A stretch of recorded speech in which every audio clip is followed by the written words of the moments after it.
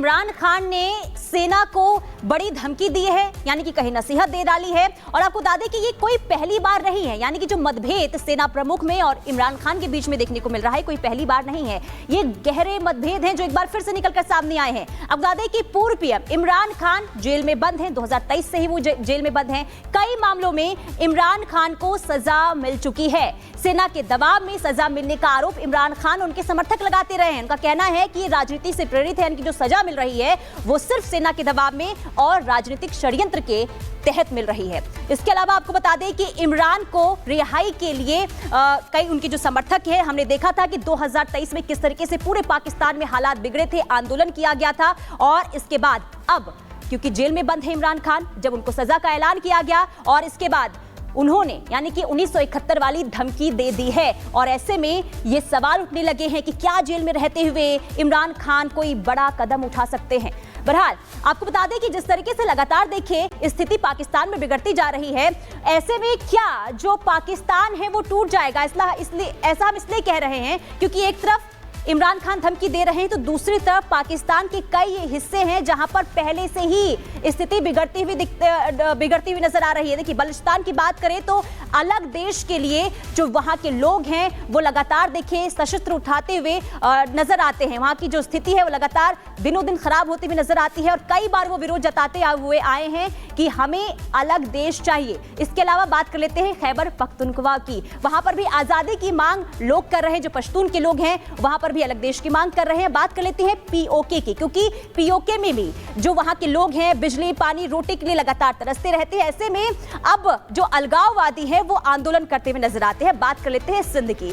सिंधु देश की मांग स्थानीय लोग वहां के कर रहे हैं और ये मांग जो है 7 दशक से चली आ रही है। और यही वजह है कि एक तरफ देखिए जहां पर पाकिस्तान के अंदर ही स्थिति लगातार बिगड़ती जा रही है, अलग अलग हिस्से में किस तरीके से आपको बता दें कि अलग अलग देश बनाने की मांग हो रही है, तो दूसरी तरफ इमरान खान ने 1971 की जो मांग की है इसे लेकर सवाल ये कि क्या टूट जाएगा पाकिस्तान। तो ये रही इमरान खान की धमकी की बात। अब आपको बता देते हैं कि पाकिस्तान की स्थिति दिनों दिन कैसे खराब होती हुई नजर आ रही है, क्योंकि आर्थिक संकट से पाकिस्तान पहले से ही जूझ रहा है। लेकिन अब एक नया फॉर्मूला पाकिस्तान ने अपनाया है। पाकिस्तान कंगाल है तो क्या शेर मालामाल करेंगे? ये सवाल क्यों उठा रहे हैं, आपको आगे देंगे पूरी जानकारी।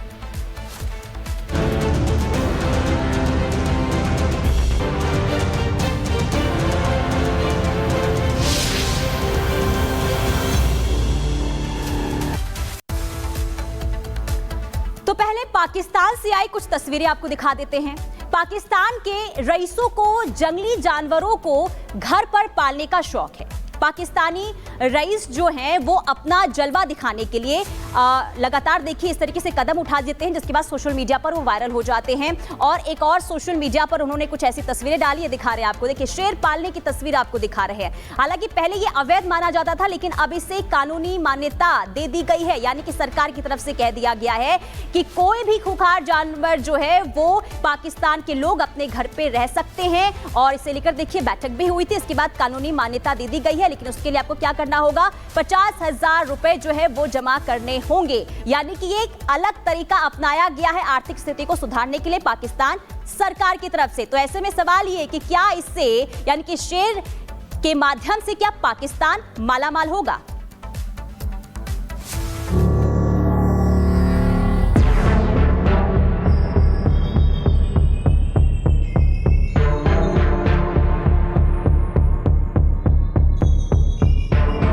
इंटरनेशनल भिखारी मुल्क का तमगा पा चुका पाकिस्तान पैसे कमाने के लिए रोज नए नए तरीके इजाद कर रहा है।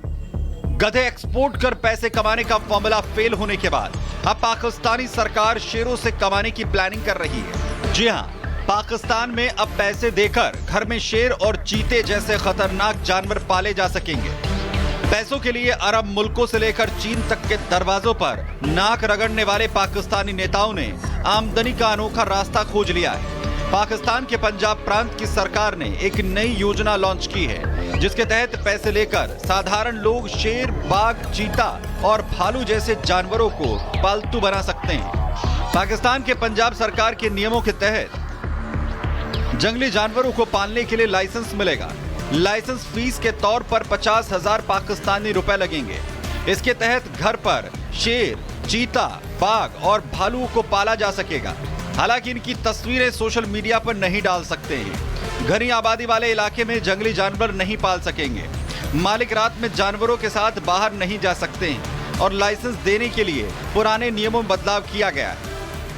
पाकिस्तान की जो सरकार है उसके रेवेन्यू बहुत कम है, अर्निंग्स बहुत कम है और उनका एक्सपेंडिचर बहुत ज़्यादा है।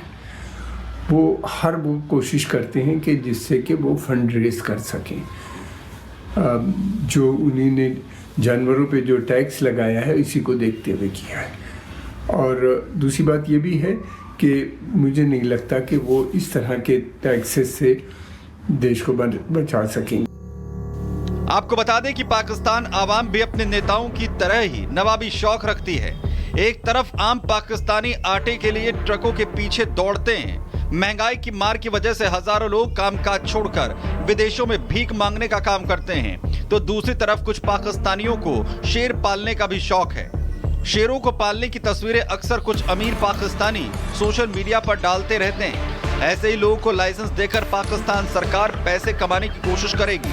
फिलहाल इस योजना को पंजाब में लागू किया गया है, लेकिन बाद में इसे पाकिस्तान के दूसरे प्रांतों में भी लागू किया जाएगा।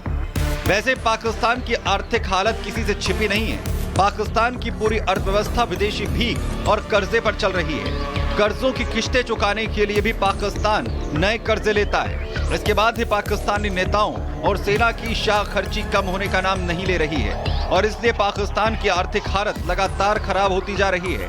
हालात ये हैं कि पाकिस्तान की जनता आटे के लिए लाइनों में लगती है। पाकिस्तानी हुक्मरान सरकारी खर्चों को कम करने की बजाय बेवकूफी भरे नए नए नियम बनाते हैं। Bureau report, Republic Bharat. देखिए, पाकिस्तान की आवाम परेशान है। वहाँ की जो आवाम है वो हर दिन रोटी और साथ ही साथ पानी, बिजली की हर दिन इसके लिए जो जूझना पड़ता है। लेकिन इसी बीच पाकिस्तान की जो सरकार है वो हर दिन नए नए फॉर्मूले इजाद करती है। देखिए, अमीर देशों से कर्ज लेने की पॉलिसी पहले ही पाकिस्तान की है। चीन को गधों की सप्लाई पहले ही पाकिस्तान करता रहा है, लेकिन ये जो कदम उठाया गया था ये फेल हो गया। अरब देशों में भिखारियों का एक्सपोर्ट जो है वो लगातार देखने को मिलता है। यूरोप में अवैध घुसपैठियों को भी भेजना ये पाकिस्तान की तरफ से देखिए ये कदम भी उठाया गया था। यानी कि किस तरीके से जो पाकिस्तान है वो अलग अलग फॉर्मूले उठाता है, लेकिन इसके बाद भी जो पाकिस्तान है उसकी आर्थिक स्थिति लगातार बिगड़ती हुई नजर आ रही है। पाकिस्तान का गधा इकोनॉमिक्स जरा ये भी समझ लीजिए। देखिए, निर्यात से लेकर ट्रांसपोर्ट तक में प्रयोग किया गया। एक गधा करीब 35 से 55,000 मिलता था। गधों की खाल को भी पाकिस्तान बेचता था। गधे की खाल के करीब 10,000 रुपए मिलते थे। पाकिस्तानी गधों का बड़ा खरीदार जो है वो चीन रहा है। हर साल चीन 80,000 गधे पाकिस्तान से खरीदता रहा है, लेकिन इसके बावजूद भी पाकिस्तान की स्थिति जो है वो नहीं सुधरी और पाकिस्तान अभी भी बदहाल और बेहाल नजर आ रहा है। बहरहाल अब आगे बढ़ेंगे और अब बात करेंगे शेख हसीना की। और इसी बीच बड़ी खबर शेख हसीना से जुड़ी सामने आ रही है। वो सबसे पहले आपको बता दें कि शेख हसीना ने बहुत बड़ा दावा किया है। क्या है वो दावा आपको बताएंगे आपको, क्योंकि लगातार जिस तरीके से तख्ता पलट हुआ है बांग्लादेश में।